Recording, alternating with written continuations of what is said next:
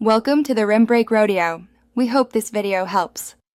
In this video, I will explain how to change the time in your Nissan Leaf. Keeping your vehicle's clock accurate is simple, whether you prefer automatic updates or manual adjustments. We will cover the steps to navigate your infotainment system and ensure your time display is always correct. This guide will help you quickly set the hours, minutes, and even the date, making sure you are always on schedule. To begin, locate the menu or settings button on your Nissan Leaf's infotainment display. Once pressed, a list of options will appear. Scroll through these until you find and select the clock setting. For some models, you might find a setup button that directly leads to these options. This is your gateway to all time-related adjustments. Within the clock settings, you will typically find options for clock mode.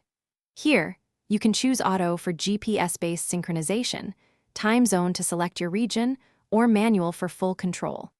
Use the on-screen arrows or a physical dial to precisely adjust the hours and minutes. You can also switch between a 12-hour or 24-hour display and toggle daylight saving time on or off.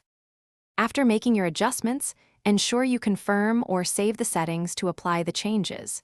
It is worth noting that some earlier Nissan Leaf models may have two separate clocks, one on the main display and another on the dashboard, which need to be set independently.